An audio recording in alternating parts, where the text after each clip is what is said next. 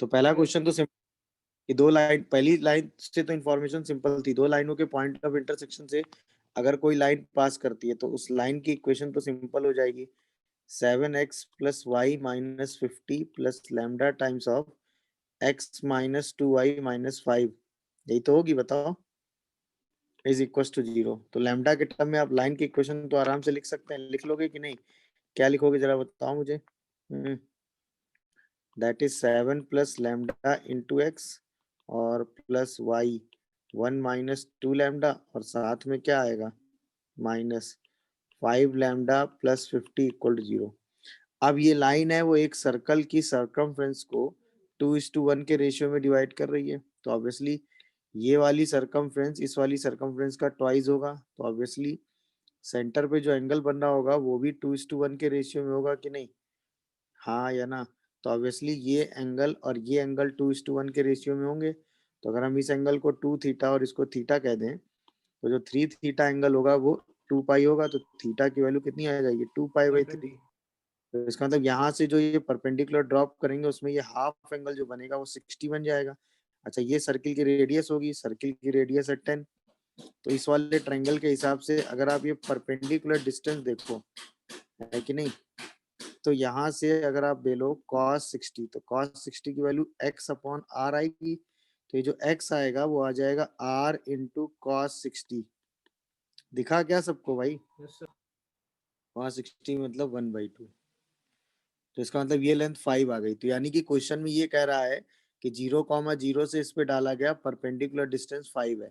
अब 0,0 से इस पे डाला गया परपेंडिकुलर लेंथ तो आप निकाल सकते हो, बोलिए भाई। 7 प्लस लैम्डा का होल स्क्वायर 1 माइनस 2 लैम्डा का होल स्क्वायर, ये लेंथ कितना है 5। इसी इक्वेशन को सॉल्व कर देना है। क्या ये पूरी बात सबको समझ में आ गई, बताइए। यहीं से सॉल्व करके आप किसकी पॉसिबल वैल्यू निकाल लेंगे, बोलिए, लैम्डा की? अरे हाँ या ना? और यही लैम्डा आप उठा के कहाँ रख देंगे, यही लैम्डा उठा के कहाँ रख देंगे, यहाँ पे, तो आपको क्या मिल जाएगा, इक्वेशन ऑफ लाइन। समझ में आ गया कि नहीं भाई, बोलिए। प्रोसेस क्लियर हुआ कि नहीं? तो कॉन्सेप्ट सिंपल सा था कि ये लाइन सरकमफ्रेंस को अगर 2:1 में डिवाइड कर रही तो सेंटर पे बनने वाला एंगल भी 2:1 में ही डिवाइड हो जाएगा। वहीं से थीटा आ गया, ये परपेंडिकुलर डिस्टेंस आ गई, सर्किल का सेंटर हम निकाल ही चुके हैं 0 0, और आपको पता है सेंटर से कॉर्ड पे डाला गया परपेंडिकुलर डिस्टेंस सीधा निकाल लेंगे, मिड पॉइंट, आंसर आ जाएगा। क्या ये बात सबको समझ में आई, ये बताओ। अब तो आंसर निकाल लेंगे ना लैम्डा की पॉसिबल वैल्यू, सॉल्व करके बताइए क्या आ रहा है। देखिए एक बार साफ रखिए, आपका फाइनल आंसर आ जाएगा, ठीक है। चलिए अगला क्वेश्चन देखिए, कॉर्ड ऑफ कांटेक्ट से रिलेटेड अगला क्वेश्चन कह रहा है कि chord of contact of pair of tangent from each point of this to this circle are concurrent at point. Concurrent का मतलब समझते हो, fix point. Concurrent at point का मतलब क्या हुआ, फिक्स पॉइंट।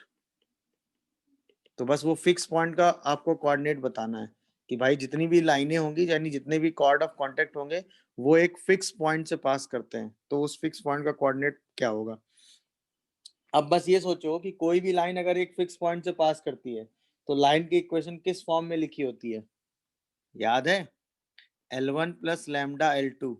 तो वो L1 और L2 का जो पॉइंट ऑफ इंटरसेक्शन होता है वहां से पास करती है, याद आया कि नहीं? फिक्स पॉइंट क्या होता है, point of intersection of L1 and L2, याद आ रहा है कि नहीं भाई? तो बस आपको लाइन को L प्लस लैम्डा L2 में लिखना है, ये दिमाग आपको लगाना है क्वेश्चन में। तो क्या करोगे, इस लाइन पर कोई भी एक पॉइंट ले लो इन टर्म्स ऑफ लैम्डा, तो अगर हम x को लैम्डा ले लें तो y को 4 माइनस 2 लैम्डा बोल सकते हैं कि नहीं। अब इससे सर्कल पे क्या खींचो, कॉर्ड ऑफ कांटेक्ट खींच दो सर्कल पे। तो सर्किल पे कॉर्ड ऑफ कांटेक्ट की इक्वेशन आपने पढ़ी है कि नहीं, क्या होती है बताओ। सर्किल पे कॉर्ड ऑफ कांटेक्ट की इक्वेशन पढ़ी है ना आपने, क्या होती है, t इक्वल टू 0, तो वही लिख दो। तो यानी कि lambda x plus 4 minus 2 lambda into y minus 1 equal to 0। यहाँ से लैम्डा कॉमन करोगे तो x माइनस 2y और 4y माइनस 1 इक्वल टू 0। ये L1 आ गया, ये L2 आ गया, दोनों का पॉइंट ऑफ इंटरसेक्शन निकाल लो, यानी 4y माइनस 1 इक्वल टू 0 और x minus 2y equal to 0। इसी का पॉइंट ऑफ इंटरसेक्शन बताओ कितना आ रहा है, बताओ। क्या वो 1/2 1/4 आ रहा है? यही वो फिक्स पॉइंट आ गया आंसर में। दिखा क्या क्वेश्चन, बोलो समझ में आया कि नहीं भाई? जैसा क्वेश्चन वैसे ही क्या कि इसका कोई भी एक जनरल पॉइंट हमने पिक कर लिया, उस पॉइंट से हमने क्या निकाल लिया, कॉर्ड ऑफ कॉन्टेक्ट, और कॉर्ड ऑफ कॉन्टेक्ट इक्वेशन आपने पढ़ी है क्या होती है, टी इक्वल टू 0। बस उसी कॉर्ड ऑफ कॉन्टेक्ट को आपने यूज कर लिया। दिखा क्या क्वेश्चन? चलिए अगला देखिए भाई, अगला क्वेश्चन सोचिए जल्दी से। समझ में आया कि नहीं? नहीं आ रहा है भाई? हो गया ना? एच कॉमा के से कोई भी लाइन, बहुत सारी लाइनें पास कर रही तो कोई भी एक लाइन ले लो, उससे रिलेटेड ये कॉर्ड आया, उसी के मिड पॉइंट का लोकस ये मान लेते हैं पॉइंट अल्फा बीटा है। अच्छा अगर सर्किल देखें, सर्किल का सेंटर 0 0 है कि नहीं है? बोलिए। और ये जो कॉर्ड जो लाइन है वो किसी फिक्स पॉइंट से पास कर रही, मान लो फिक्स पॉइंट एच के है, हमें अल्फा बीटा का लोकस चाहिए, ठीक है ना? तो ऑब्वियसली आपने पढ़ा है ना, कॉर्ड को अगर मिड पॉइंट को सेंटर से ज्वाइन करोगे तो ये एंगल कितना बनता है? 90। तो ऑब्वियसली इन दोनों के स्लोप का प्रोडक्ट कितना होगा? -1। बस खत्म। स्लोप ऑफ पीबी और स्लोप ऑफ पीसी -1 होना चाहिए, खत्म। तो k minus beta upon h minus alpha, दिख रहा है क्या? और इसका स्लोप कितना आ जाएगा? Beta by alpha is equal to -1, that's it. तो इसका मतलब beta beta minus k equal to alpha और अल्फा माइनस एच, या हाँ अल्फा माइनस एच माइनस के साथ ये सब एक तरफ ले आओ, बाद में अल्फा को क्या रख दो? x से, और बीटा को क्या रख दो? y से रिप्लेस कर दो। तो क्या आ जाएगा? X square plus y square minus h x minus k y equal to 0। यही आपको आंसर मिलाना था। दिखा क्या भाई? सर इसको ऐसे भी तो कर सकते हैं सर, टी इसके जो मिड पॉइंट से कॉर्ड पास होती है उसकी इक्वेशन अपन लिखते हैं t इक्वल्स टू s1 करके। ऑब्वियसली जितनी टाइम में t इक्वल टू s1 लगाओगे इस केस में उसकी जरूरत नहीं है ना, क्योंकि ये दोनों का स्लोप -1 है। ऑब्वियसली इसके लिए t इक्वल टू s1 लिखने में जितना टाइम लगाओगे, t का एक्सप्रेशन s1, उसमें फिर h के लाई कराओगे, हो जाएगा उससे, मैं ये नहीं कह रहा हूँ। t इक्वल टू s1 हम सर्किल के बाद सोचना स्टार्ट करते हैं, सर्किल से पहले तक हम सर्किल के कॉर्ड का यूज करते हैं, t equal to s1 avoid करते हैं, क्योंकि कई बार उससे कैलकुलेशन लंबा हो जाता है। इसीलिए मैंने सर्किल के केस में आपको chord mid point t equal to s1 बताया ही नहीं है। नोटिस आपने किया नहीं कई बार? Yes sir yes. वो मैं इसलिए आगे बताऊंगा क्योंकि उसकी जरूरत आगे ज्यादा पड़ती है यहाँ से, ठीक है? हाँ देखिए ना, इससे सीधा स्लोप का प्रोडक्ट -1 किया, आंसर आ गया ना अगली लाइन में। नहीं आया बताओ? यस सर आ गया। चलिए लास्ट क्वेश्चन देखिए जल्दी से। ये भी क्वेश्चन मैंने आपको लास्ट क्लास में बताया है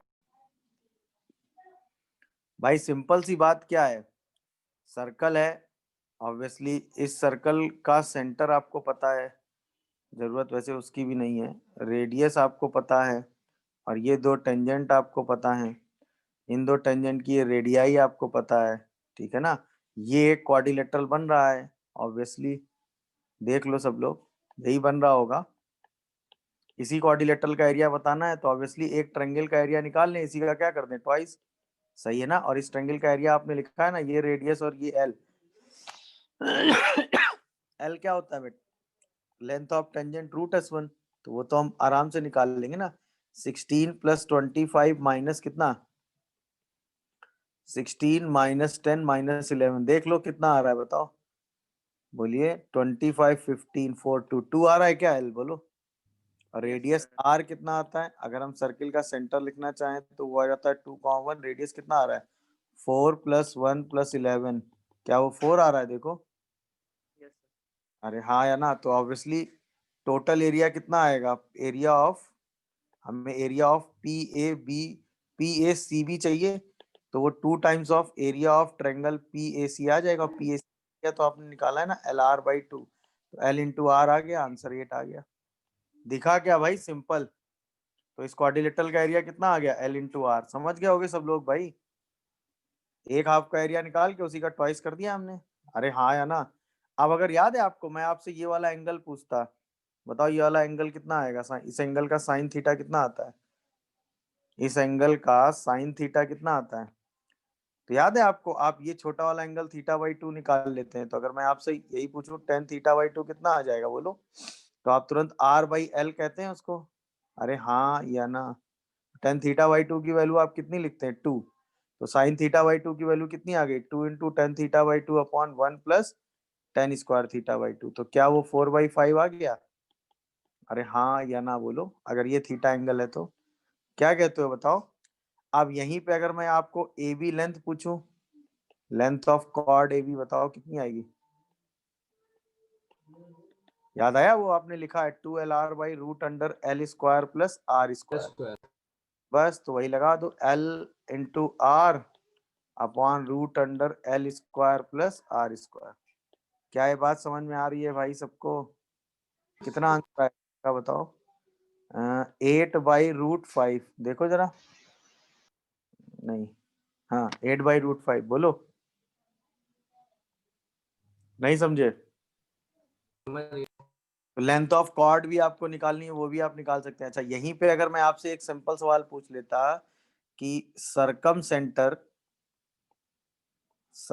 centre of triangle P A B, तो आंसर क्या होता है बताओ? पी ए बी का सरकम सेंटर क्या होता है? That is mid point of. टू और सी का मिड पॉइंट। पी आप निकाल ही चुके हैं, कितना है 2,1। पी आपको पता ही है, तो सीधा आप क्या लिखते हैं 3,3। ये बात समझ में आ रही है कि नहीं बोलो?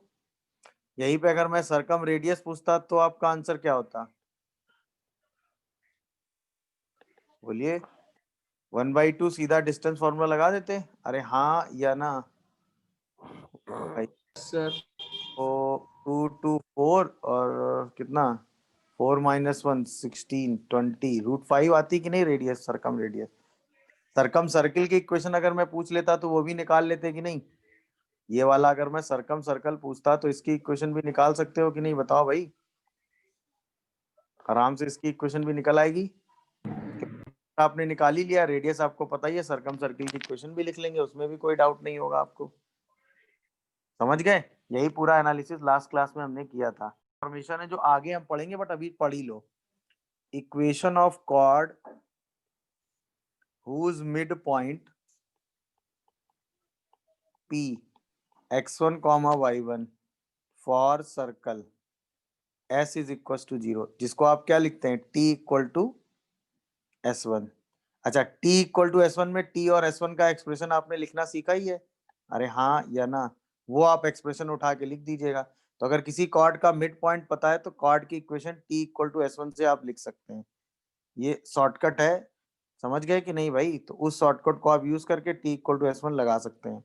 बट इन जनरल सर्किल में मैं कहता हूँ इसको अवॉइड करना, क्योंकि सर्किल में ज्योमेट्रिकल रिजल्ट ज्यादा जरूरी है, वो आप आराम से लिख सकते हैं। मेरी बात समझ में आ रही कि नहीं?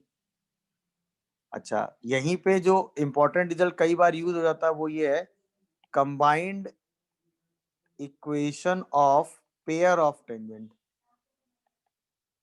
Combined equation of pair of tangent drawn from outer point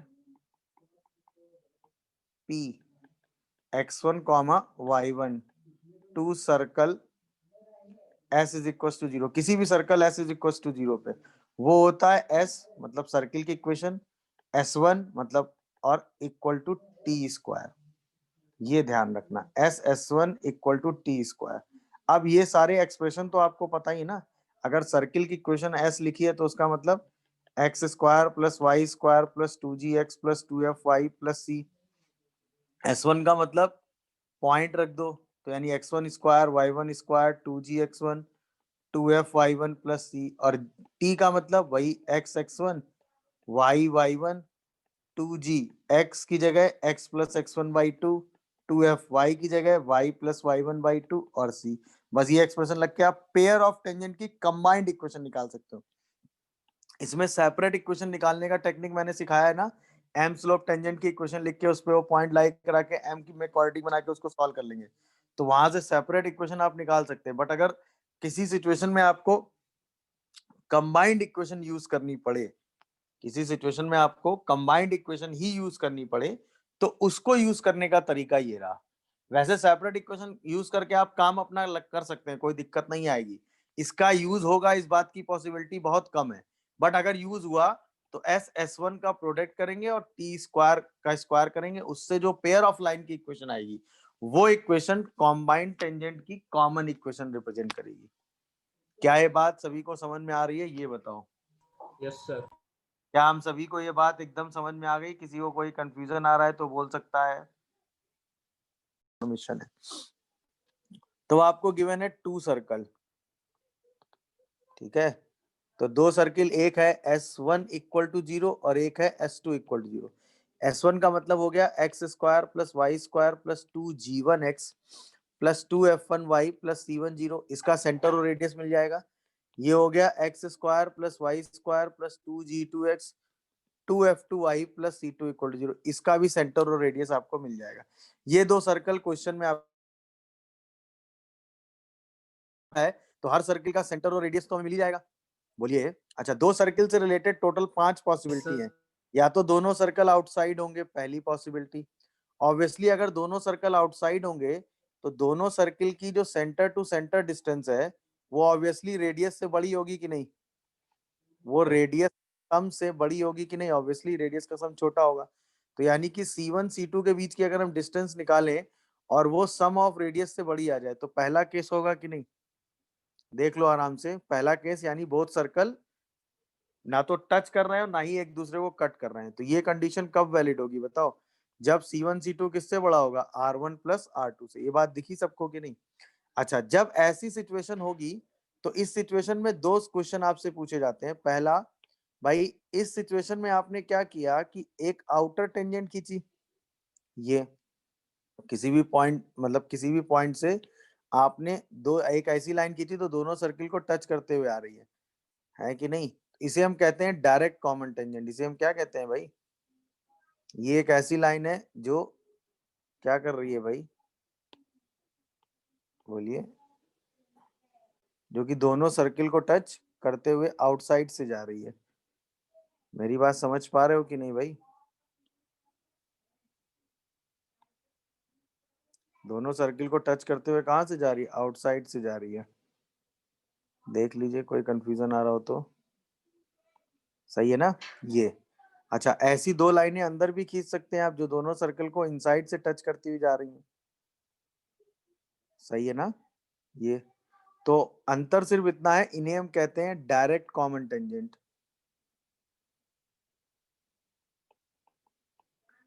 बस ये लैंग्वेज वाइज है इसलिए बता दे रहा हूं। इसे हम कहते हैं डायरेक्ट कॉमन टेंजेंट और इसे हम कहते हैं transverse common tangent. Transverse common tangent. Obviously तो टोटल कितनी टेंजेंट है बस ये बताओ? ऐसी कितनी लाइनें हैं जो दोनों सर्किल को टच कर रही हैं? यानी कि 4 कॉमन टेंजेंट। और यानी 2 सर्किल टेंजेंट कब होती है? जब दोनों सर्किल एक दूसरे को ना कट करें ना टच करें। पहला वाला केस अगर वैलिड है, और पहला वाला केस कब वैलिड होता है? जब C1 C2 R1 R2 से बड़ा होता है। तो उस केस में कितनी कॉमन टेंजेंट होती है? 4 common tangent, 2 direct 2 transverse. Clear है कि नहीं है बताओ? अच्छा, थ्योरी सिंपल सी है कि अगर आप सेंटर टू सेंटर को मिलाने वाली लाइन को ज्वाइन करोगे ना तो ये सारे पॉइंट एक ही लाइन पे आ जाते हैं, ये C1 C2। अच्छा, ये T आता है, ये D। जहाँ पे डायरेक्ट कॉमन टेंजेंट कट करते हैं वो T होता है और जहाँ पे ट्रांसवर्स कॉमन टेंजेंट करते हैं वो D होता है। अच्छा, C1T बाई C2T और C1D बाई C2D सेम होता है विद रेशियो R1:R2। पहले सर्किल की रेडियस कितनी होती है? R1। दूसरे सर्किल की रेडियस कितनी होती है? R2। दिख गया कि नहीं? ये सारे सिमिलर ट्रायंगल हैं, चाहे यहां से देख लो चाहे यहां से देख लो। ये वाला और ये वाला, ये सारे कैसे ट्रायंगल है भाई? सिमिलर। इसीलिए सेम रेशियो आ जाता है। तो ये जो रेशियो होता है C1T बाई C2T, ये रेशियो होता है इंटरनली। समझ गए? हाँ या ना? और ये जो रेशियो होता है C1D, ये होता है एक्सटर्नली। बस ये है। और सेम रेशियो होता है इंटरनली और एक्सटर्नली, तो उसमें कोई अंतर नहीं होता है, बट रेशियो सेम होता है। तो अगर आपको दोनों सेंटर पता है, कभी ये दोनों पॉइंट निकालनी हुई या डिस्टेंस वगैरह निकालनी हुई, तो आप ये सारा काम कर सकते हैं। सिमिलर ट्रायंगल से आपको जो डिस्टेंस निकालनी होगी वो आप आराम से निकाल सकते हैं। क्या ये बात सबको समझ में आ रही है? बोलो। दिखा ये डायग्राम? अच्छा, अब इस डायग्राम में जो इंपॉर्टेंट बात है, अगर हमें length of direct common tangent निकालना है, मतलब एक ये सर्कल है, सॉरी एक ये सर्कल है, ठीक है, और एक ये सर्कल है, इसमें हमें length of direct common tangent निकालना है, मतलब ये वाली लेंथ जो बाहर से जा रही है। तो उसका तरीका क्या होता है वो देख लो, क्योंकि वो जरूरी है थोड़ा सा। ये तो उसके तरीके से ज्यादा आप ये डायग्राम अपने दिमाग में बना लीजिए। ये है, यहाँ से आप क्या करो, इस सेंटर टू सेंटर को मिलाने वाली लाइन के पैरेलल एक लाइन खींच दो, खींच दी ना। अब हमें यही वाली डिस्टेंस चाहिए, ये वाली मान लेते हैं डिस्टेंस डी है। दिख रहा है कि नहीं डायरेक्ट कॉमन टेंजेंट की लेंथ, बोलो। अच्छा ये लाइन पैरेलल है, सेंटर टू सेंटर के बीच के डिस्टेंस तो आप निकाल ही लोगे C1 C2, तो ये वाली लेंथ भी C1 C2 हो ही जाएगी। अच्छा ये पूरी लेंथ R2 है, तो ये वाली लेंथ भी R2 होगी, तो बची लेंथ ये वाली कितनी होगी, ये that is R1 minus R2। तब ये राइट एंगल ट्रायंगल है, तो D की वैल्यू कितनी आएगी, रूट अंडर C1 C2 का whole square minus R1 minus R2 का होल स्क्वायर। ये होती है length of direct common tangent जो बाहर से जाती है। क्या ये फॉर्मूला डायग्राम दिमाग में आया कि नहीं, बताओ भाई। तो इसका यूज हो जाता है एक्चुअल में, length of direct common tangent, जो आउटसाइड वाली टेंजेंट होती है उसका। डायरेक्ट कॉमन टेंजेंट की लेंथ सिर्फ जहां पे टचिंग पॉइंट होता है ना उतनी होती है बस। दिखा क्या भाई सबको। अच्छा अब चूंकि हमने डायरेक्ट की निकाली है, तो ऑब्वियसली जो अंदर ट्रांसवर्स कॉमन टेंजेंट है उसकी लेंथ भी तो निकालेंगे ना भाई। तो अब सर जरा वो आओ, सर थोड़ा स्क्रॉल कर दीजिए। सेकंड बेटा अभी कर रहा हूँ। अब हम डायरेक्ट कॉमन टेंजेंट की लेंथ निकालते हैं। ये क्या समझ में आया ना, length of direct common tangent की लेंथ कैसे निकाली, इस राइट एंगल ट्रायंगल से। ये भाई हुआ C1 C2 का square minus R1 minus R2 का whole square equal to D, वही हो गई डायरेक्ट कॉमन टेंजेंट की लेंथ। अच्छा अब ट्रांसवर्स में क्या करोगे सोचो जरा। ये C1 है और ये C2 है, सेंटर सेंटर के बीच की डिस्टेंस पता है, इस ट्रायंगल को यूज हमें करना है। तो बस हम क्या करेंगे, इसको थोड़ा आगे बढ़ा लेते हैं, क्या कहते हो, अरे हाँ या ना, और यहाँ से इस पे डाल देते हैं परपेंडिकुलर। क्या बोलते हो, डाल सकते हो कि नहीं, अरे हाँ या ना, यही लेंथ डी है जो आपको कैलकुलेट करनी है। ये बात समझ रहे हो कि नहीं भाई, बोलो। अच्छा ये लेंथ कितनी है R1, ये लेंथ कितनी है R2, तो ये वाली लेंथ भी कितनी हो गई R2, तो ये पूरी लेंथ कितनी हो गई R1 प्लस R2। अच्छा ये C1 C2 है ही, तो राइट एंगल ट्रायंगल के हिसाब से अब D कितना आ जाएगा, C1 C2 का whole square minus R1 plus R2 का होल स्क्वायर। तो अब ऐसे याद रखो, डायरेक्ट कॉमन टेंजेंट और ट्रांसफर दोनों का फॉर्मूला लगभग सेम है। डायरेक्ट लेंथ ट्रांसफर से बड़ी होती है, तो डायरेक्ट में माइनस होता है R1 माइनस R2, क्योंकि लेंथ बड़ी है ना, और यहाँ पे लेंथ छोटी होती है इसलिए R1 प्लस R2 माइनस हो जाता है। बाकी सब कुछ सेम है। दिमाग में कैसे रखा, समझ में आया, बोलो भाई। दिमाग में कैसे रखना है ये बात हाँ क्या सर, लग हाँ रही सर है, आया। या तो ये डायग्राम अपने दिमाग में रख लो, वो भी आसान है, तो सिचुएशनली आप चीजें तुरंत ड्रॉ करके समझ लोगे। इससे ज्यादा का एनालिसिस इस पे नहीं बनेगा, क्लियर है। या तो आपसे लेंथ वगैरह पूछ लेगा या ये सब, इससे ज्यादा एनालिसिस इस पे नहीं कराएगा। बहुत ज्यादा ऐसा होगा कि आपसे पूछ लेगा कि कितनी कॉमन टेंजेंट है सर्कल में, तो ऑब्वियसली अगर C1 C2 R1 plus R2 से बड़ा है तो ये वाला केस होगा और 4 कॉमन टेंजेंट होंगी। अगर ये कह देगा 4 कॉमन टेंजेंट है तो ये वाली कंडीशन आपको लगा देंगे। मेरी बात सुनिए, अगर कोई पूछ ले कि डायरेक्ट कॉमन टेंजेंट कहाँ पे इंटरसेक्ट कर रही है, C1 C2 पता है, R1 is to R2 के रेशियो में एक्सटर्नली पॉइंट निकाल दो, काम खत्म हो गया। दिखा क्या भाई। और ये डायग्राम भी ध्यान रखिएगा, ये ट्रायंगल और ये ट्रायंगल सिमिलर होते हैं क्योंकि उसी एनालिसिस से रेशियो निकाला गया है। बस इससे ज्यादा की जरूरत पहले केस में नहीं पड़ेगी। अब हम आते हैं सेकंड केस में। पहला केस समझ में आ गया सबको, चलिए अब हम आते हैं अपने सेकंड केस पे। तो सेकंड केस में क्या है कि ऑब्वियसली अब सर्कल थोड़ा सा शिफ्ट होगा, तो दोनों सर्कल एक दूसरे को एक्सटर्नली टच करते हैं। दोनों सर्किल अब एक दूसरे को क्या कर रहे हैं, एक्सटर्नली टच करने लगे। तो ऑब्वियसली एक्सटर्नली अगर टच करने लगे तो कंडीशन साफ साफ दिख रही है कि आप सेंटर टू सेंटर डिस्टेंस किसके बराबर आ रही है, बताओ, R1 is to R2 के। तो बस C1 C2 की डिस्टेंस अगर R1 प्लस R2 के बराबर आ रही है तो बोथ सर्कल क्या कर रहे हैं, both circle touches each other, मगर कैसे, बोलो, एक्सटर्नली। दोनों सर्किल एक दूसरे को कैसे टच कर रहे हैं भाई? एक्सटर्नली। मेरी बात समझ रहे हो कि नहीं भाई? तो C1 C2 किसके बराबर होगा? R1 प्लस R2 के।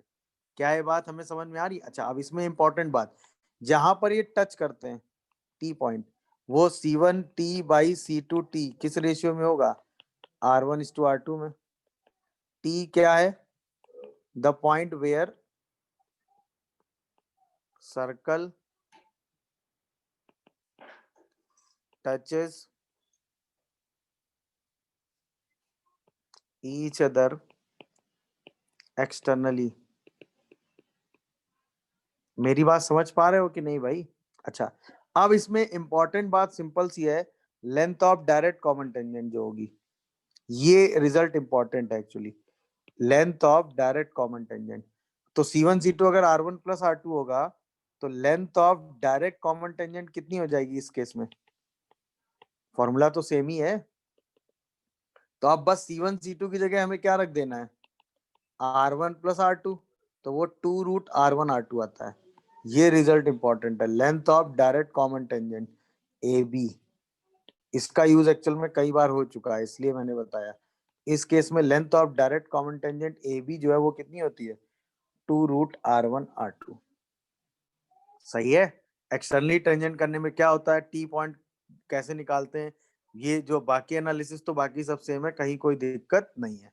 समझ में आया? एक्सटर्नल के लिए अगर मैं पूछूं आपसे वही कि डायरेक्ट कॉमन टेंजेंट जहां पे कट कर रहा है वो पॉइंट, तो वो पॉइंट अभी भी एक्सटर्नली सेम रेशियो में होगा, तो वो सब मुझे बताने की जरूरत नहीं है। अब इसमें नंबर ऑफ कॉमन टेंजेंट कितनी आ गई? 3 आ गई कि नहीं आ गई, ये बताओ। अरे हाँ या ना? नंबर ऑफ कॉमन टेंजेंट कितनी आ गई? 3। सही है, बोलिए। अच्छा, एक इंपॉर्टेंट बात, जब दो सर्कल एक दूसरे को किसी पॉइंट पे टच करते हैं, ऐसे करके दोनों सर्कल एक दूसरे को टच कर रहे हैं, तो जो इनका कॉमन पॉइंट है जहां पर ये टच कर रहे हैं, वहां से जो टेंजेंट पास करती है ये वाली, सही है ना? इस टेंजेंट की जो इक्वेशन होती है, इक्वेशन ऑफ दिस टेंजेंट, वो इक्वेशन शॉर्ट फॉर्म में आप निकलती है S1 minus S2 equal to 0, जहां पे पहला सर्कल S1 इक्वल टू 0 है और दूसरा सर्कल S2 इक्वल टू 0 है, क्योंकि वो टेंजेंट सेंटर टू सेंटर को मिलाने वाली लाइन के क्या होती है? परपेंडिकुलर, और T से पास करती है। इसे हम कहते हैं ट्रांसवर्स कॉमन टेंजेंट की equation, that is S1 minus S2। इसका यूज रेयरली होता है, बट हो सकता है कि जहां दोनों सर्किल एक दूसरे को एक्सटर्नली टच करते हैं, उस पॉइंट से पास करने वाली टेंजेंट सॉल्व करके नहीं निकाली जाती, डायरेक्ट निकल आती है, that is S1 minus S2 equal to 0। Clear है कि नहीं? बस इससे ज्यादा इंफॉर्मेशन यूज नहीं होगी। 3 कॉमन टेंजेंट होती है, उसमें एक कॉमन टेंजेंट जो है वो आपने डायरेक्ट निकाल ली। क्लियर हुआ कि नहीं ये केस? बताओ भाई। चलिए, इसके बाद थर्ड सिचुएशन जो आती है, जिस पर बेस दो तीन क्वेश्चन बन जाते हैं, वो ये है। थर्ड सिचुएशन अगर हम देखें, तो जब दो सर्किल एक दूसरे को दो पॉइंट पे कट करने लगे। अब अगर दो सर्किल एक दूसरे को दो पॉइंट पे कट करेंगे, तो जो सेंटर टू सेंटर को मिलाने वाली लाइन है, अब उसकी लेंथ R1 प्लस R2 से क्या होगी बेटा? बोलो। लेस हो जाएगी। बट अभी भी ये distance mod of R1 minus R2 से क्या होगी? बड़ी होगी। ये इंपॉर्टेंट है। क्यों बड़ी होगी इसका एक्सप्रेशन अभी आगे आएगा, but obviously R1 plus R2 से छोटी होगी, सही है, और mod of R1 minus R2 से ग्रेटर होगी, तब सर्किल दोनों एक दूसरे को दो पॉइंट पे कट करेंगे, सही है ना?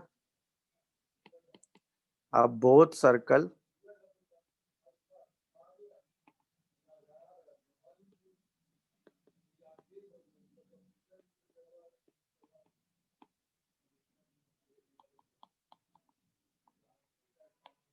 अब दोनों सर्किल एक दूसरे को दो पॉइंट पे क्या करते हैं? बोलिए। कट करते हैं। दिख गया भाई? अच्छा, जब दोनों सर्किल एक दूसरे को दो पॉइंट पे कट करते हैं, तो अब यहां पर क्वेश्चंस कई बनते हैं। दोनों सर्किल एक दूसरे को जब दो पॉइंट पे कट करते हैं, तो obviously angle between the circle बनता है पहला सवाल, जिस पर क्वेश्चन आ जाते हैं, that is angle between circle. तो ऑब्वियसली दो सर्किल जब एक दूसरे को दो पॉइंट पे कट कर रहे हैं, तो जहां पे कट कर रहे हैं वहीं पे एंगल निकालेंगे। तो जिस पॉइंट पे कट कर रहे हैं उस पॉइंट पे हमने क्या खींचा, दोनों सर्किल के लिए टेंजेंट खींच लिया, पहले सर्किल के लिए और दूसरे सर्किल के, और उसके बीच का एंगल हमने निकाल लिया, या दोनों सर्किल के लिए नॉर्मल खींच लिया और उसके बीच का एंगल हमने निकाल लिया। तो यानी एंगल बिटवीन द सर्कल के लिए क्या करेंगे, हम कहेंगे if both circle cuts each other at 2 point and angle between tangent or normal is theta at point of intersection,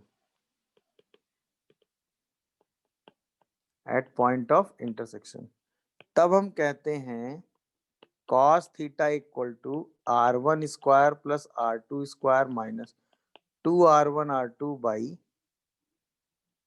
r1 square plus r2 square नहीं r1 square plus r2 square r1 square plus r2 square minus c1 c2 का whole square minus c1 c2 का whole square by 2r1 r2। ये होता है angle का result जो आप use करते हैं। समझ में आ गया कि नहीं? अच्छा, ये रिजल्ट आता कहाँ से? सिंपल सी बात है भाई, दो सर्कल एक दूसरे को दो पॉइंट पे कट कर रहे हैं, है ना, और आपने पढ़ा है सर्किल का जो नॉर्मल होता है वो हमेशा कहाँ से पास करता है बेटा, बताओ जल्दी से यार। सर्किल का जो नॉर्मल होता है वो कहाँ से पास करता है?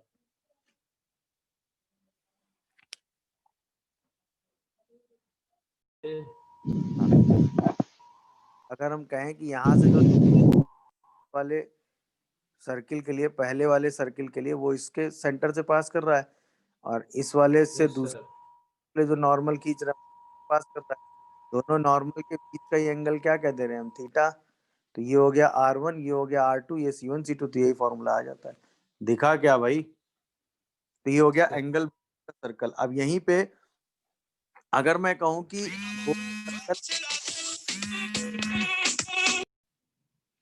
हाँ भाई, अब मैं आपसे कहूं कि both circle cuts each other orthogonally, जिसका यूज सबसे ज्यादा होगा, both circle cuts each other orthogonally. समझ में आया कि नहीं? दोनों सर्किल एक दूसरे को ऑर्थोगोनली कट कर रहे हैं, इस बात का यूज सबसे ज्यादा होगा। तो जब दोनों सर्किल एक दूसरे को ऑर्थोगोनली कट कर रहे हैं, इसका मतलब पहली चीज, एंगल बिटवीन द सर्कल कितना हो गया, बोलिए। एंगल बिटवीन द सर्कल मतलब टेंजेंट या नॉर्मल के बीच का एंगल क्या हो गया, 90। इसका मतलब अगर दो सर्कल एक दूसरे को ऑर्थोगोनली कट कर रहे हैं तो एक सर्कल की जो टेंजेंट होगी वो दूसरे सर्कल के लिए क्या हो जाएगी, बोलो। इस सर्कल की जो टेंजेंट है वो दूसरे सर्कल के लिए क्या होगी, नॉर्मल। नॉर्मल। मेरी बात समझ में आ रही है कि नहीं, बताओ। तब हम कहेंगे कि दोनों सर्कल एक दूसरे को ऑर्थोगोनली कट करते हैं। यानी कि सेकंड पॉइंट जो इंपॉर्टेंट है वो ये है कि tangent for one circle is normal for other circle. मतलब अगर दोनों सर्कल एक दूसरे को क्या कट करते हैं, ऑर्थोगोनली कट करते हैं, तो एक सर्कल की जो टेंजेंट होती है वो दूसरे सर्कल के लिए क्या बन जाती है, नॉर्मल। मेरी बात समझ में आ रही? तभी उनके बीच का एंगल क्या मेंटेन होगा, 90। ऑब्वियसली अगर cos 90 आप देखोगे और उसको जीरो कर दोगे भाई, अब हम यहाँ पे देखें तो cos 90 की वैल्यू कितनी हो जाएगी, जीरो।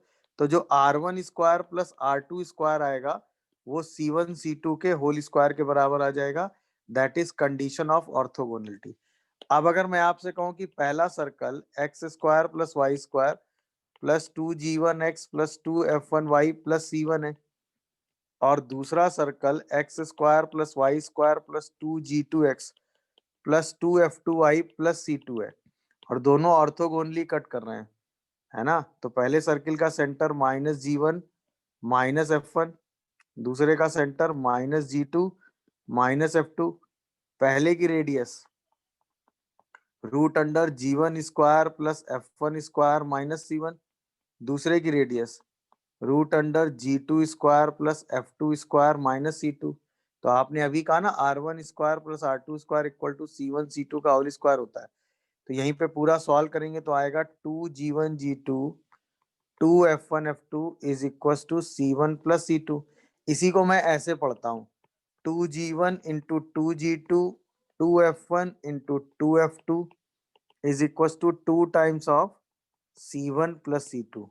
ये होती है कंडीशन फॉर क्या, ये क्या होती है भाई, कंडीशन फॉर ऑर्थोगोनलिटी। इसका मतलब ऐसे समझ लो, क्या समझ लो, सम ऑफ सॉरी प्रोडक्ट ऑफ, क्या किया, coefficient of x, coefficient of x, product of, coefficient of y। हाँ तो x के कोफिशिएंट का प्रोडक्ट करो, y के कोफिशिएंट का प्रोडक्ट करो, और 2 टाइम्स क्या कर दो, सम ऑफ कांस्टेंट। समझ में आया, x के कोफिशिएंट का प्रोडक्ट, y के कोफिशिएंट का प्रोडक्ट, और 2 टाइम्स सम ऑफ कांस्टेंट कर दो, that is condition of orthogonality. समझ में आया। और ये कंडीशन बहुत इंपॉर्टेंट है। मतलब अगर क्वेश्चन में ये लिखा है, मतलब क्या है कंडीशन, क्या पढ़ी आपने कि if two circle x square plus y square plus 2G1x 2F1y plus C1 equal to 0 and x square plus y square plus 2G2x 2F2y plus C2 equal to 0 cuts each other, कैसे, orthogonally, then condition क्या होती है, 2G1 2G2 2F1 2F2 is equal to twice C1 plus C2। और ये important result है orthogonality का। Orthogonality के दो बेसिक मतलब होते हैं कि एंगल 90 होता है, मतलब R1 square plus R2 square क्या होता है भाई, C1 C2 के स्क्वायर के बराबर, इसका यूज होता है ना। और ये तभी होता है जब एक का टेंजेंट दूसरे के लिए क्या बन जाए, नॉर्मल बन जाए। ये सब बातें समझ में आ रही, एक का टेंजेंट दूसरे के लिए क्या बन जाए भाई, नॉर्मल बन जाए। मेरी बात समझ रहे हो कि नहीं ये बताओ, एक का टेंजेंट दूसरे के लिए क्या बन जाता है भाई, नॉर्मल बन जाता है। तो यही सेम रिजल्ट आप यूज करते हैं हमेशा। देख लीजिए, कोई कंफ्यूजन आ रहा हो तो बताइए, बोलिए भाई। अरे हाँ या ना, क्या ये बात सबको समझ में आ रही, नहीं आ रही है बताओ। बोलिए, क्लियर हो रहा है कि नहीं बताओ भाई, समझ गए। और जो आप क्वेश्चन में डायरेक्ट कंडीशन पढ़ी है ना, हमने क्या पढ़ी बताओ, 2 इंटू क्या, 0, बोलो भाई, फिर 2k इंटू 2k, समझ रहे हो कि नहीं, और is equal to 2 times of k plus 6, यही तो कंडीशन होगी बताओ। Yes sir. 4k square equal to 2k plus 12, इसका मतलब 2k square minus k minus 6 equal to 0। सही लिख रहा हूँ मैं बताओ। Yes sir. यहाँ से k कितना आ रहा है बस ये बता दो।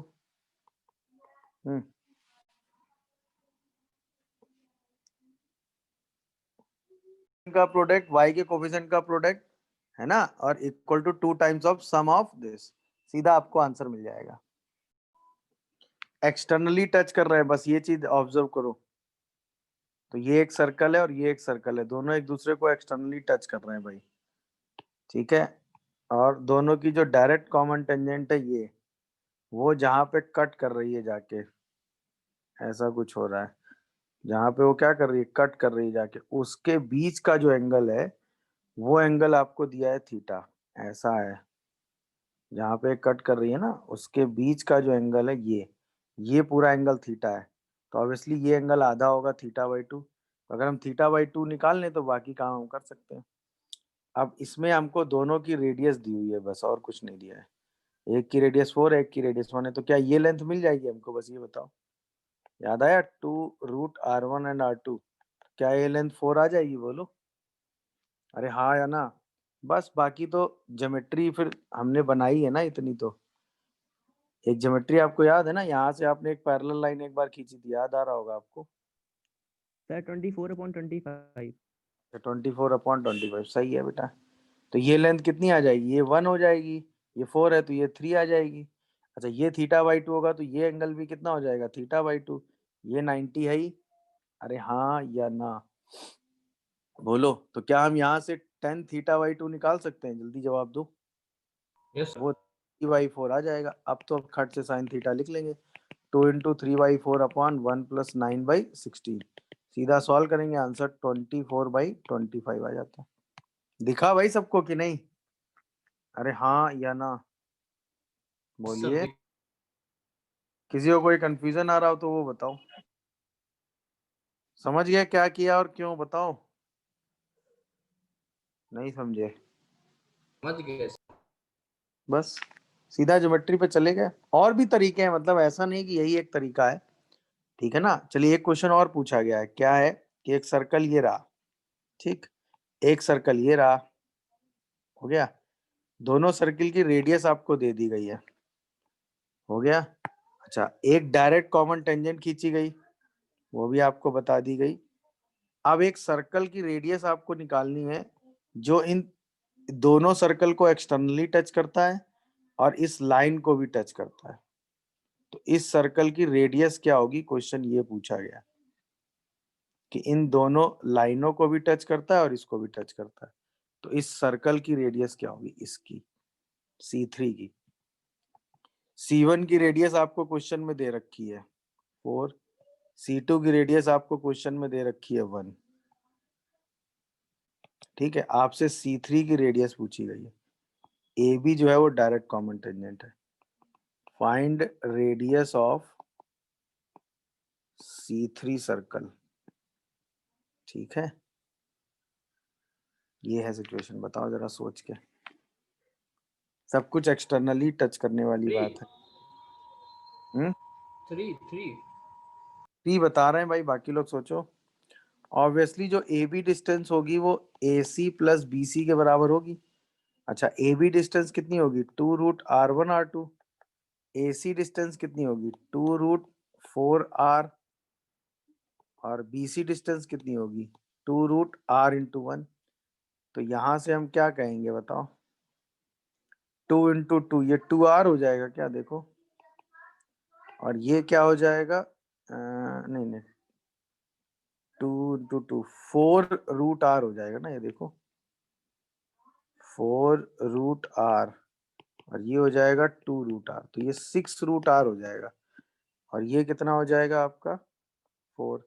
तो जो √R की वैल्यू है वो 4/6 आएगी। तो R की वैल्यू कितनी आ रही है बताओ, 2/3। ये तो 2/3 यहाँ से आएगा ना, 4/9 आएगी। देखो कोई डाउट आ रहा हो तो बताओ। ये समझे मैंने कैसे किया होगा, बोलो भाई। इन दोनों सर्कल के लिए एक्सटर्नल टेंजेंट 2√R1R2, इन दोनों सर्कल के लिए ये एक्सटर्नल टेंजेंट 2√R1R2, इन दोनों सर्कल के लिए भी ये एक्सटर्नल टेंजेंट 2√R1R2। और ऑब्वियसली ये तीनों पॉइंट तो एक लाइन पे है ही ना, तो ए बी जो है वो AC और BC के सम के बराबर होगा ही। नहीं होगा क्या बताओ, दिखा भाई? अरे हाँ या ना। तो बस ये हमने डायरेक्ट कॉमन टेंजेंट वाली लेंथ का यूज किया है। देख लो कोई कंफ्यूजन आ रहा हो तो बताओ। सर्कल एक दूसरे को क्या करेंगे भाई, बोलो। करें। कट करेंगे तब ये कॉमन कॉर्ड बनेगी। अगर एक्सटर्नली टच करेंगे तो यही सेम इक्वेशन क्या बन जाती है, याद है ना। जब एक्सटर्नली टच करते हैं तो यही सेम इक्वेशन टेंजेंट बन जाती है, बट जैसे ही कट करते हैं तो यही सेम इक्वेशन क्या बन जाती है, बोलो, कॉमन कॉर्ड की। एक बार कॉमन कॉर्ड आ गई तो इसकी लेंथ तो आप निकाल ही लोगे ना आप। वो तो फिर कॉर्ड की इक्वेशन की लेंथ निकालने का तरीका ही। अच्छा कॉमन कॉर्ड से रिलेटेड क्या है कि अगर यही कॉमन कॉर्ड दो सर्किल में मैक्सिमम लेंथ की हो, यही कॉमन कॉर्ड क्या हो, दोनों सर्किल के लिए मैक्सिमम लेंथ की हो, तो दोनों सर्किल में अगर कॉमन कॉर्ड की लेंथ मैक्सिमम है तो वो छोटे वाले सर्कल की डायमीटर, डायमीटर। छोटे वाले सर्किल की, समझ में आया। मतलब if common chord between two intersecting circle, obviously और तो कभी कॉमन कॉर्ड बनेगी नहीं, नहीं समझ रहे हो। और वो कैसी हो, having maximum length, having maximum length, तो वो क्या होती है उस सिचुएशन में, बोलो? Diameter of smaller circle. मेरी बात समझ में आ रही है कि नहीं? तो अगर कभी भी कॉमन कॉर्ड क्या हो, मैक्सिमम लेंथ की हो, तो वो स्मॉलर सर्किल की क्या हो जाती है, डायमीटर। ये थ्योरी बहुत इंपॉर्टेंट है, इसको ध्यान रखिएगा। इस डायग्राम पे दिख रहा है कि नहीं, बताओ भाई। अच्छा, जब ऐसा होता है कि ये कॉमन कॉर्ड मैक्सिमम लेंथ की होती है, तब ये इस वाले सर्कल की सरकमफ्रेंस को क्या करती है, बाइसेक्ट कर रही होती है। दिख रहा है कि नहीं भाई? ऑब्वियसली ये जो कॉमन कॉर्ड है, ये इस वाले सर्कल की सरकमफ्रेंस को क्या कर रही है, बाइसेक्ट कर रही है। तो ऑब्वियसली अगर एक सर्कल दूसरे सर्कल की सरकमफ्रेंस को बाइसेक्ट करता है, तो जो उसकी कॉमन कॉर्ड होती है, वो छोटे वाले सर्कल के लिए क्या हो जाती है, डायमीटर हो जाती है। मेरी बात समझ में? ये भी एक क्वेश्चन के लिए इंपॉर्टेंट पॉइंट है। इफ वन सर्कल बाइसेक्ट्स, क्या बाइसेक्ट करता है, circumference of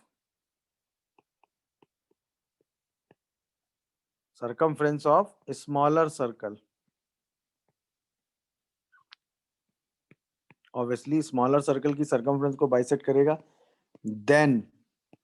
then common chord between circle is diameter for smaller circle, या वो मैक्सिमम लेंथ का होता है, ये समझ लो। मेरी बात समझ में आ रही है? अगर सरकमफ्रेंस बाइसेक्ट होती है, क्लियर है, तो यहाँ ये भी लिख लो, बाइसेक्ट द सरकमफ्रेंस।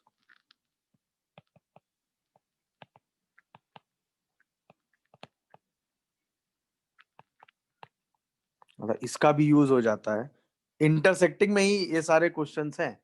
समझ रहे हो कि नहीं? मतलब ये सारी जो सिचुएशंस हैं, सब इंटरसेक्टिंग के लिए ही हैं, उसके अलावा नहीं है। मेरी सारी बातें समझ में आ रही हैं कि नहीं, बताओ भाई। कोई कंफ्यूजन हो तो बोलो। अरे स्ट्रेट क्वेश्चन है भाई एकदम। आप जैसे ही ज्योमेट्री सोचेंगे, तुरंत आपको आंसर मिलेगा। एक सर्कल, दूसरा सर्कल, सेम है ना दोनों, और दोनों एक दूसरे को जिस पॉइंट पर टच कर रहे हैं, वो पॉइंट आपको पता है, तो ऑब्वियसली वो सेंटर टू सेंटर को मिलाने वाली लाइन पे ही होगा। रेडियस आपको पता ही है, तो ये मिड पॉइंट होगा 1,2। ऑब्वियसली हमें क्या चाहिए, जो हमारी जो लाइन है वो इसी पॉइंट से पास कर रही है कि नहीं, 1,2 से। तो टेंजेंट आपको दी हुई है, वो यही लाइन है, 4x + 3y = 10। तो इस लाइन का स्लोप आपको पता है, तो जो ये सेंटर टू सेंटर को मिलाने वाली लाइन है, इसका स्लोप आपको मिल गया कि नहीं, बोलो? वो कितना हो जाएगा? इस लाइन का स्लोप कितना है, -4/3। तो ये 3/4 हो जाएगा। यहाँ से साइन थीटा कितना आएगा, 3/5। कॉस थीटा कितना, याद आया मेथड, 4/5। अब तो क्वेश्चन सिंपल है, यहाँ से 5 यूनिट डिस्टेंस पर एक पॉइंट आपको कहाँ ले जाना है, यहाँ, और 1.5 यूनिट डिस्टेंस पे यहाँ ले जाना है। तो याद आया डिस्टेंस और पॉइंट लेके, तो C1 -r cos theta r sin, तो 1 ± 5 cos थीटा और 2 ± 5 sin थीटा।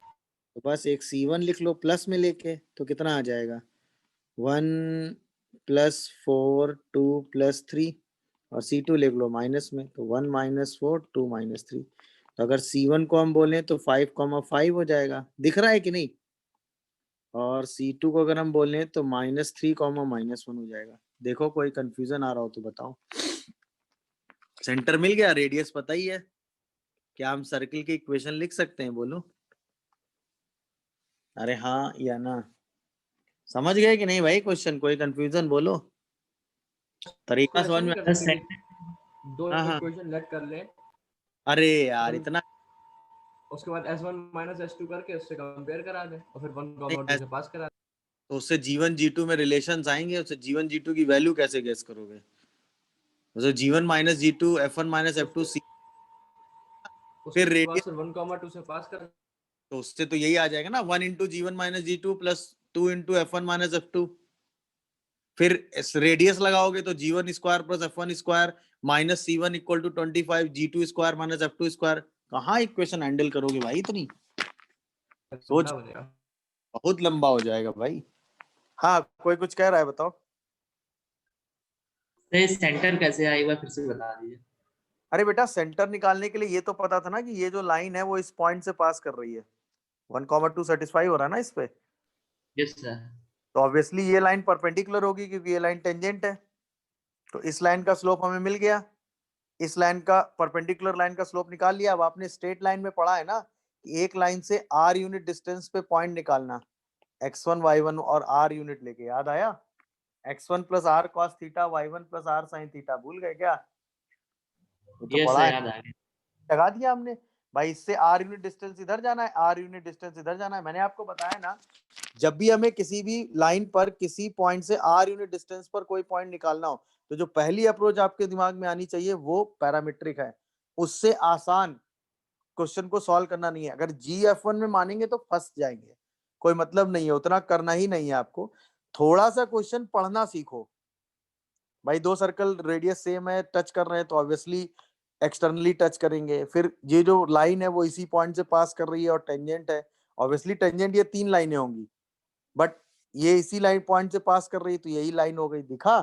अब जैसे ये दिखा ये परपेंडिकुलर का स्लोप मिला, उसके परपेंडिकुलर लाइन का स्लोप मिला, ये पॉइंट पता ही है। अगर हमें किसी तरह इस लाइन का स्लोप मिल जाता तो r यूनिट डिस्टेंस पे पॉइंट निकाल लेते। इस लाइन का स्लोप परपेंडिकुलर की हेल्प से निकाल लिया, जैसे ही निकाला तुरंत सेंटर आ गया, सेंटर आ गया, रेडियस आ गया, सर्किल की इक्वेशन तो आ ही जानी है। दिखा क्या क्वेश्चन? भाई एक ये छोटा सर्कल था और उसको एक बड़ा सर्कल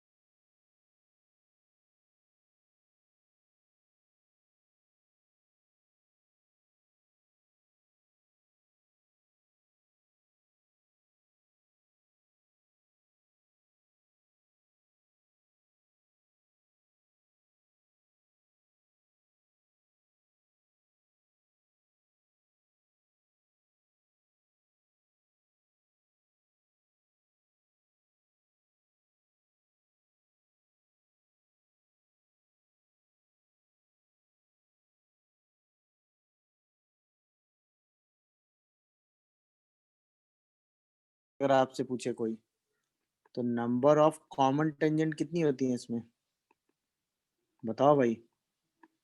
2। मतलब इस केस में नंबर ऑफ कॉमन टेंजेंट आप कितनी लिखते हैं? 2, ठीक है ना? चलिए अब बात करते हैं हम लोग अपने अगले केस की, जब एक सर्कल दूसरे सर्कल को क्या करता है? इंटरनली टच करता है। समझ गए कि नहीं? मतलब एक सर्कल अब दूसरे सर्कल के अंदर ही लाई कर रहा है। तो ये पहले वाले सर्कल का सेंटर, ये दूसरे वाले सर्कल का सेंटर। अब जो C1 और C2 के बीच की डिस्टेंस है, मतलब सेंटर टू सेंटर को मिलाने वाली जो अब डिस्टेंस आ रही है, सॉरी, सेंटर टू सेंटर को जो डिस्टेंस मिला रही है, अब वो रेडियस से क्या हो जाएगी, यानी अब C1 C2 जो है वो डिफरेंस ऑफ रेडियस के बराबर हो जाता है। ये कंडीशन इसमें होती है। अच्छा, इसमें नंबर ऑफ कॉमन टेंजेंट कितनी आ गई? 1। 1 आ गई। ठीक है, और उस जो कॉमन टेंजेंट आप खींच रहे हैं, उस कॉमन टेंजेंट की इक्वेशन क्या आ गई? Minus S1 minus S2। हाँ, इस इक्वेशन ऑफ कॉमन टेंजेंट इसमें क्या हो गया भाई? That is S1 minus S2 equal to 0, जहाँ पे एक सर्कल क्या है, S1 इक्वल टू 0, और दूसरा सर्कल क्या है, S2 इक्वल टू 0। समझ रहे हो कि नहीं भाई? अच्छा, जिस पॉइंट पे दोनों सर्कल एक दूसरे को टच करते हैं, ये वाला जो पॉइंट होता है, वो पॉइंट यानी कि C2D बाई C1D जो है वो R2 बाई R1 हो गया, और वो भी कैसा? एक्सटर्नली। ऑब्वियसली एक्सटर्नली हुआ कि नहीं? नहीं समझे? बोलिए। मतलब Yes, जिस sir. पॉइंट एक दूसरे को टच कर रहे हैं इंटरनली, मतलब D कौन सा पॉइंट है? D point where both circle क्या कर रहे हैं? Touches each other. कैसे? इंटरनली। समझ में आया? तो डी वो पॉइंट है जहां पे बोथ सर्कल एक दूसरे को कैसे टच कर रहे हैं? इंटरनली टच कर रहे हैं। समझ रहे हो कि नहीं भाई? इंटरनली टच कर रहा है, बस इससे ज्यादा की इसमें जरूरत नहीं है। और जब लास्ट वाला केस आ जाता है, लास्ट वाला केस क्या कहता है कि एक सर्कल के अंदर ही दूसरा सर्कल आ गया। समझ में आया कि नहीं भाई? C1 एंड C2, तब क्या होता है, C1 C2 की डिस्टेंस जो है वो डिफरेंस ऑफ रेडियस से भी क्या हो जाती है, छोटी हो जाती है। तब ये आखिरी केस आता है, और इसमें नंबर ऑफ कॉमन टेंजेंट कितनी हो जाती है बताओ? 0। 0। यानी कि अगर किसी क्वेश्चन में ये कह दे कि दो सर्किल देखकर बताओ कि उनमें कॉमन टेंजेंट कितनी है, तो ऑब्वियसली आप ये चेक करेंगे कि दोनों सर्किल में इन 5 में से कौन सा केस है। जो केस होगा उसके हिसाब से आप उसकी नंबर ऑफ कॉमन टेंजेंट बता सकते हैं। किस सिचुएशन में क्या काम होगा वो मैंने आपको लिख के बता ही दिया है, ये सही करके लिख लो इसको। दिस इज C2 की वजह से R2 बाई R1 हो जाता है। समझ रहे हो कि नहीं भाई? क्लियर है भाई? पूरा एनालिसिस हर केस का समझ में आ गया कि नहीं? नंबर ऑफ कॉमन टेंजेंट इस केस में 1 होती है, और इस केस में क्या हो जाती है, 0। समझ गए कि नहीं? इस केस में नंबर ऑफ कॉमन टेंजेंट 0 होती है। ये C1 C2 R1 minus R2 से लेस हो जाता है, C1 C2 mod of R1 minus R2 के बराबर होता है, यहाँ लेस हो जाता है। अच्छा, अब ये तो बताने की जरूरत नहीं है कॉन्सेंट्रिक सर्कल। बोलो, कॉन्सेंट्रिक सर्कल तो अब समझ गए होगे, both circle having same centre. बोलो, हैविंग सेम क्या सेंटर, तो उन्हें हम क्या कहते हैं, कॉन्सेंट्रिक सर्कल। ये सर्कल और ये सर्कल दोनों एक दूसरे के कॉन्सेंट्रिक हैं। क्यों? क्योंकि दोनों का सेंटर क्या है, सेम पॉइंट। तो दो सर्कल कॉन्सेंट्रिक तब होते हैं जब उनका सेंटर सेम होता है, रेडियस बस डिफरेंट होती है, R1 एंड R2। क्लियर? तो ये बात हो गई किसकी, कॉन्सेंट्रिक सर्कल सेम सेंटर, तो अलग अलग रेडियस बट सेंटर सेम। तो वो कैसे होगा, कौन सा? अच्छा, कॉन्सेंट्रिक मैंने क्यों बताया है, जब आप कभी भी किसी क्वेश्चन में एक वर्ड पढ़ते हैं डायरेक्टर सर्कल, ऐसे तो ये वर्ड जनरली नहीं आपके सामने आएगा, बट एक वर्ड आता है कई बार, डायरेक्टर सर्कल ऐसी चीज आती है। मतलब क्या होता है कि एक सर्कल है, ठीक है, उसमें किसी भी आउटर पॉइंट से आप दो टेंजेंट डाल देते हैं। अगर उन दोनों टेंजेंट के बीच का एंगल कितना बन गया, कितना बन गया भाई, 90 बन गया।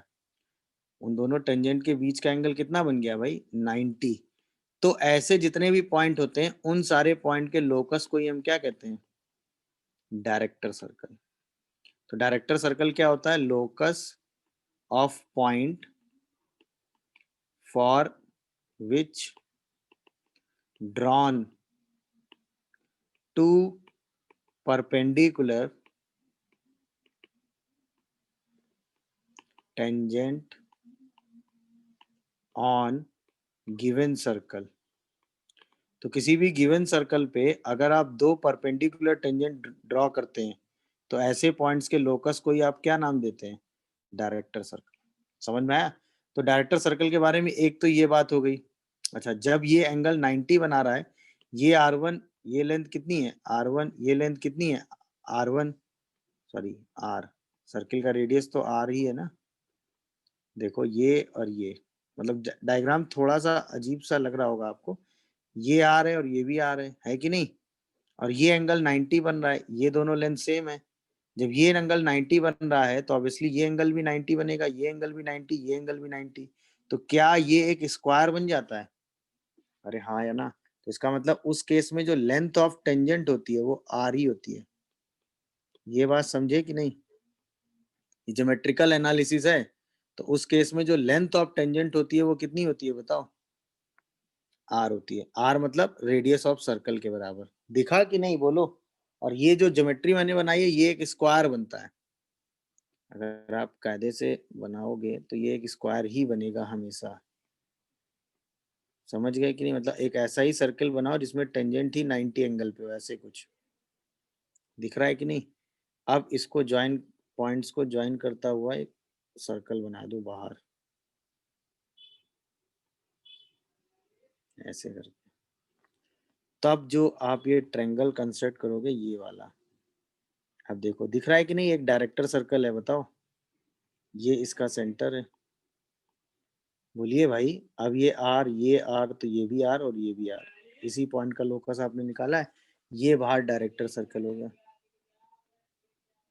मेरी बात समझ में आ रही? अच्छा, अब डायरेक्टर सर्कल क्या होता है? कॉन्सेंट्रिक होता है। डायरेक्टर सर्कल क्या होता है?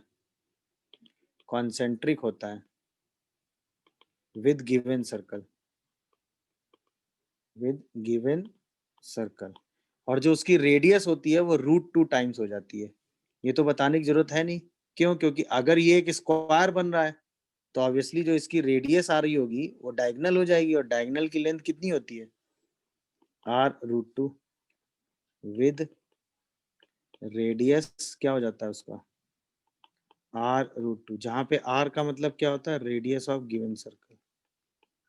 बस इतना आप ध्यान रखिएगा, बाकी सब ओके।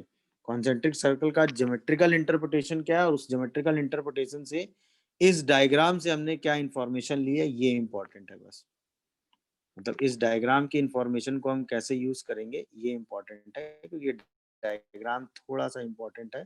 जनरली ये इस तरह से आपको लिखा और बना नहीं मिलेगा कहीं। ठीक है, बाकी डायरेक्टर सर्कल के बारे में उसकी इक्वेशन क्या होती है? गिवन सर्कल कॉन्सेंट्रिक और उसकी रेडियस R√2 होती है। समझ में आया? मतलब अगर हम एक सर्कल की इक्वेशन लिखें तो उस सर्कल को देखकर हम उसका डायरेक्टर सर्कल लिख सकते हैं। मतलब अगर आपको सर्कल की इक्वेशन दी हुई है x प्लस जी का whole square, y plus f का whole square equal to √g² plus f square minus c का होल स्क्वायर, तो उसका जो डायरेक्टर सर्कल होगा उसकी इक्वेशन क्या होगी? x प्लस जी का whole square, y plus f का होल स्क्वायर, बस उसमें क्या मल्टीप्लाई हो जाएगा? √2। मेरी बात समझ पा रहे हो कि नहीं भाई? बस ये चीज है डायरेक्टर सर्किल के बारे में। वो कॉन्सेंट्रिक है और नेचर वाइज ये होता है, और ये हमेशा एक रेक्टेंगल बनता है क्योंकि ये सारे एंगल क्या बन जाते हैं? 90। ये हमेशा सॉरी स्क्वायर बनता है। इसका एरिया, डायगोनल, वो सारी चीजें फैक्ट है। दिख गया कि नहीं भाई? बोलिए, बात समझ में आ गई भाई? डायरेक्टर सर्किल की ये छोटी सी बात थी, समझ में आ गई सबको? Yes sir. इसका भी यूज आप कहीं ना कहीं सिचुएशनली कर लेंगे। दिखा? चलिए, अब बात आती है फैमिली ऑफ सर्कल की। अब बात आती है किसकी? फैमिली ऑफ सर्कल की। तो फैमिली ऑफ सर्कल में क्या होता है कि अगर मतलब फैमिली ऑफ सर्कल में मतलब equation of circle passes through 2 point. इस ऐसे सर्कल की इक्वेशन हम फैमिली में डिस्कस करेंगे। तो ऑब्वियसली एक सर्कल S1 इक्वल टू 0, एक सर्कल S2 इक्वल टू 0 है। ठीक है, दोनों सर्कल एक दूसरे को 2 पॉइंट पे कट कर रहे हैं, तो इन दोनों पॉइंट से पास करने वाला जनरल सर्कल, मतलब दोनों सर्कल एक दूसरे को 2 पॉइंट पे कट कर रहे हैं, तो इन दोनों पॉइंट से पास करने वाला जनरल सर्कल अब हम डिस्कस करेंगे। जो सर्कल इन दोनों पॉइंट से पास कर रहा है, ये मतलब हम ऐसा सर्कल डिस्कस करने जा रहे हैं जो इन दोनों पॉइंट से क्या कर रहा है, पास कर रहा है। तो अगर ये सर्कल S1 इक्वल टू 0 है, ये सर्कल S2 इक्वल टू 0 है, तो इसकी इक्वेशन हो गई S1 plus lambda times of S2 equal to 0, that is family of circle. सही है ना, मतलब equation of circle passes through कहाँ से, point of intersection of two given circle S1 equal to 0 and S2 equal to 0, उसकी equation होती है, जैसे लाइन में होती है ना वैसे ही सर्किल में होती है। S1 लिखो S2 लिखो, दोनों को ऐड कर दो। अब इसके बाद लैम्डा निकालने के लिए क्वेश्चन में कंडीशन दी जाएगी आप लैम्डा निकाल लेंगे।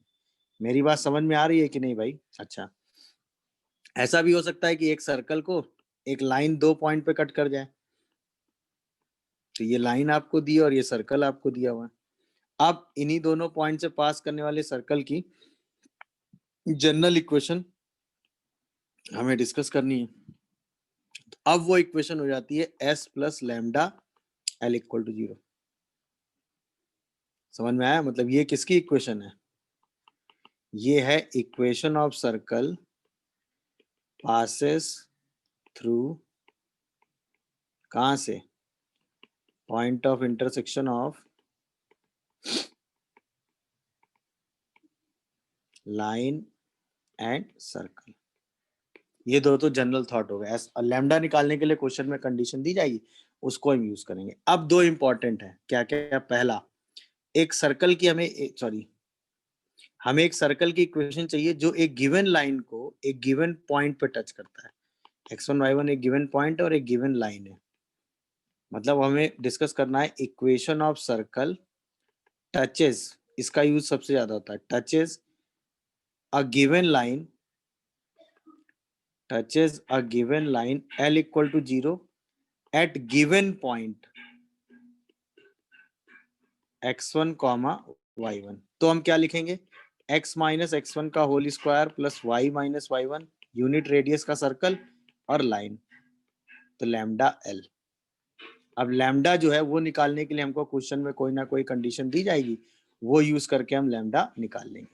ये सबसे इंपॉर्टेंट है, equation of circle touches a given circle in with a given point, इसका यूज सबसे ज्यादा होता है। जैसे मान लो मैं आपसे कहूं कि a circle touches x axis at lambda comma 0, sorry at touches x axis at 2 comma 0, ये है क्वेश्चन।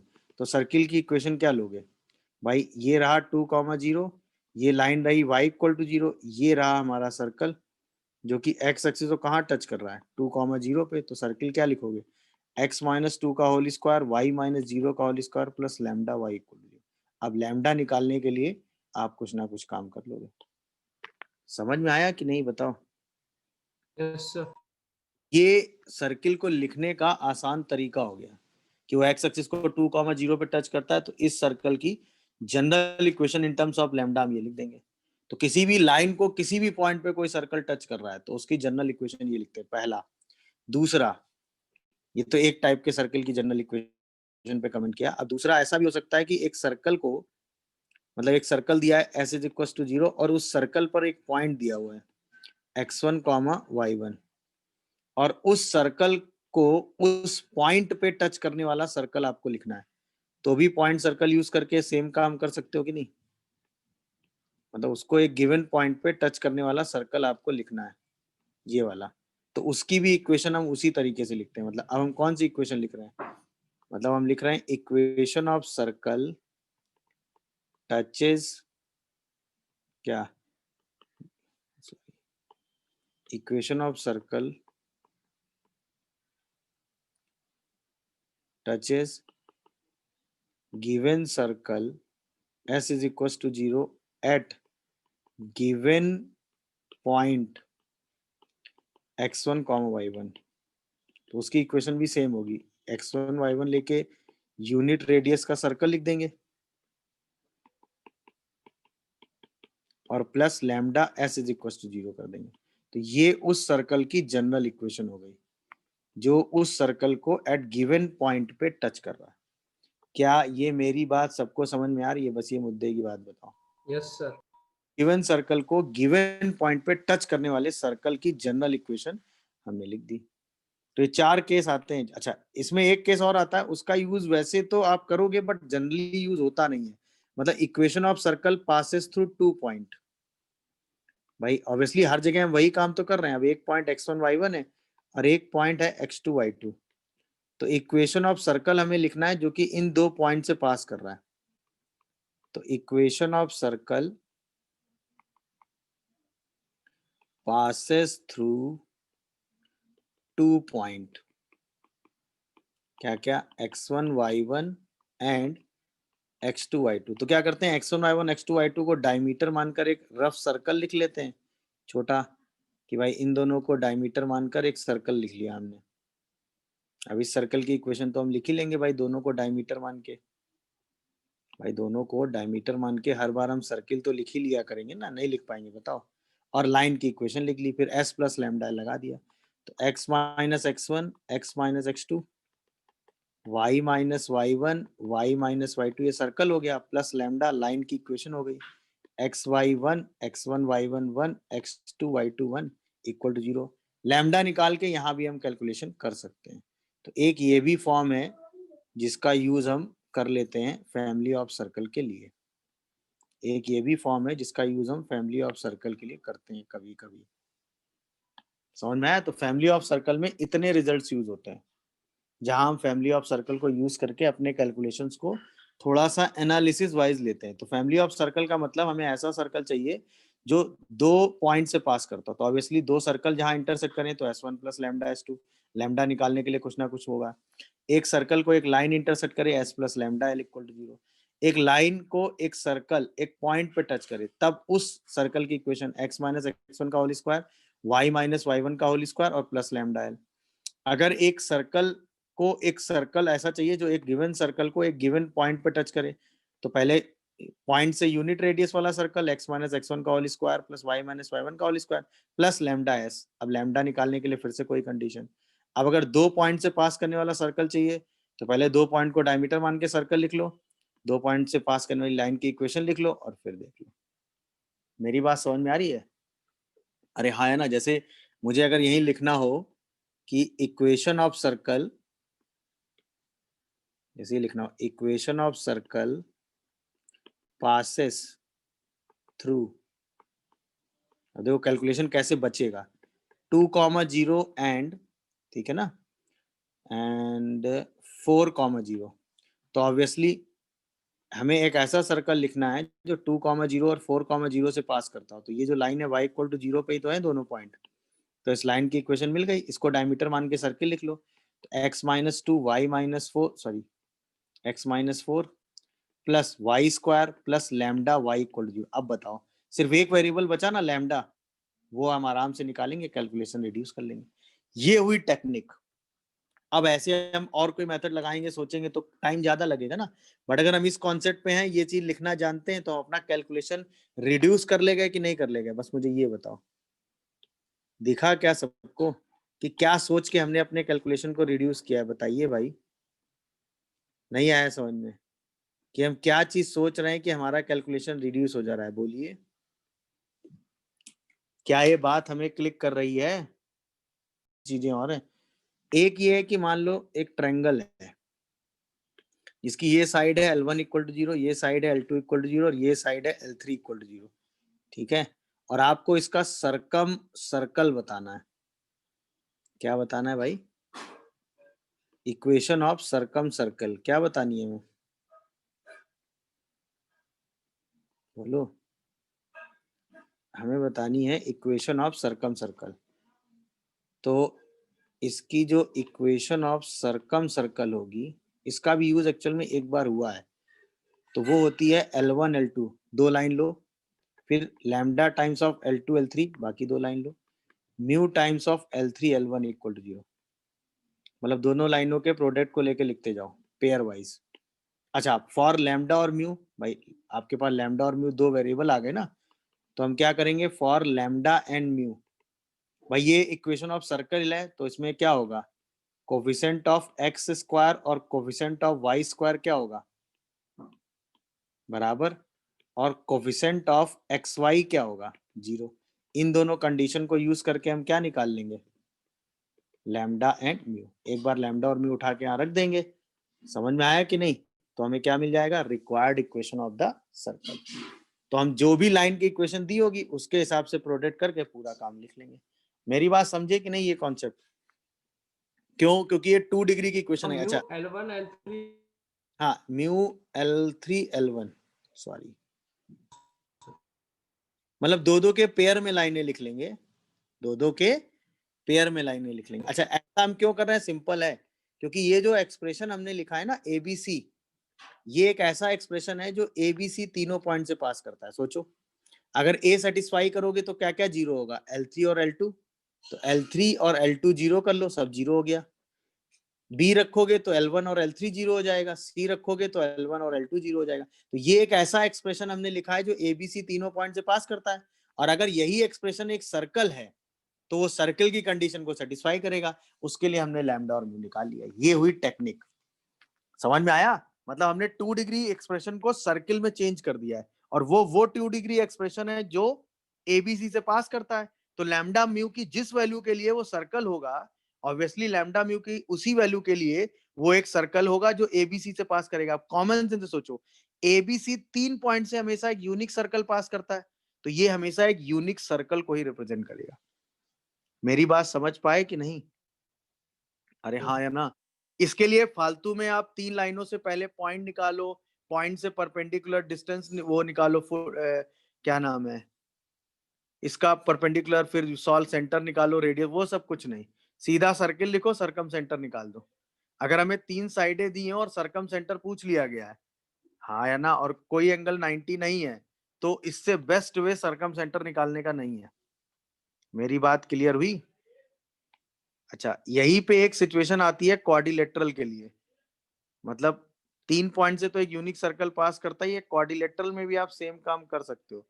मतलब अगर एक सर्कल आपको चाहिए जो एक क्वाड्रिलेटरल से बन रहा है, सॉरी, ये लास्ट है क्वेश्चन, अगली क्लास में करेंगे और पैराबोला स्टार्ट करेंगे। A B C D quadrilateral के लिए चाहिए, और ये लाइन L1 है, ये लाइन L2 है, ये लाइन L3 है, और ये लाइन L4 है। तो आमने सामने की लाइन का प्रोडक्ट लेते हैं, मतलब L1 L3 times of lambda mu L2 L4 equal to 0। ये होती है इक्वेशन ऑफ सरकम सर्कल। ये क्या होती है, इक्वेशन ऑफ सरकम सर्कल। इसका यूज वैसे कम होता है, बट ट्रायंगल वाले का यूज हो जाता है। समझ में आया? और इसमें भी सेम लैम्डा और म्यू के लिए क्या करोगे बताओ, कोफिशिएंट ऑफ, स्क्वायर और वाई स्क्वायर के कोफिशिएंट को इक्वल करके और एक्स वाई को 0 कर देंगे। बस बस बस, और कोफिशिएंट ऑफ एक्स वाई क्या कर दोगे, 0, बात हो जाएगी खत्म। तो ये 2 शॉर्टकट्स हैं जो सिचुएशनली आप यूज कर सकते हैं। ये इंपॉर्टेंट शॉर्टकट है, इसका यूज आराम से होता है एक्चुअली। तो ये थोड़ा सा इंपॉर्टेंट है जो आपको ध्यान रखना है। मेरी बात समझ पा रहे हो कि नहीं भैया, ये बताओ। चलिए, फैमिली ऑफ सर्कल के 1-2 क्वेश्चन की प्रैक्टिस हम कल की क्लास में करेंगे, है ना? और वो क्या, पैराबोला।